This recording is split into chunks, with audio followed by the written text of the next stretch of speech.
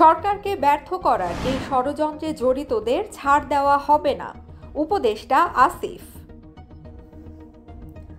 অন্তর্বর্তীকালীন সরকারের স্থানীয় সরকার, পল্লী উন্নয়ন ও সমবায় মন্ত্রণালয় এবং যুব ও ক্রীড়া মন্ত্রণালয়ের উপদেষ্টা আসিফ মাহমুদ সজীব ভুঁইয়া বলেন, ষড়যন্ত্রকারীরা থেমে নেই।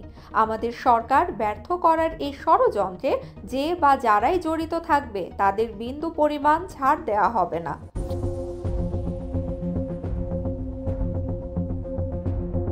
বৃহস্পতিবার ২৬ ডিসেম্বর বাংলাদেশ সচিবালয়ের ৭ নম্বর ভবনে অগ্নিকাণ্ডের ঘটনাস্থল পরিদর্শন করেন উপদেষ্টা। আকস্মিক এই অগ্নিকাণ্ডের কারণে উত্তরবঙ্গের কর্মসূচি স্থগিত করে সকালে ঢাকায় ফিরে আসেন তিনি। অগ্নিকাণ্ডের ঘটনা প্রসঙ্গে উপদেষ্টা বলেন, স্থানীয় সরকার, পল্লী উন্নয়ন ও সমবায় মন্ত্রণালয়ের বিগত সময়ে হওয়া অর্থ লোপাট, দুর্নীতি নিয়ে আমরা কাজ করে যাচ্ছিলাম। কয়েক হাজার কোটি টাকা লুটপাটের প্রমাণও পাওয়া গিয়েছিল।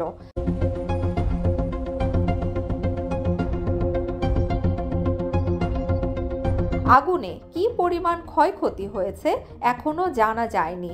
ক্ষয়ক্ষতি নিরূপণ ও অগ্নিকাণ্ডের কারণ উদ্ঘাটনের জন্য মন্ত্রণালয় ভিত্তিক তদন্ত কমিটি গঠনেরও নির্দেশ প্রদান করেন উপদেষ্টা আসিফ মাহমুদ সজীব ভুঁইয়া।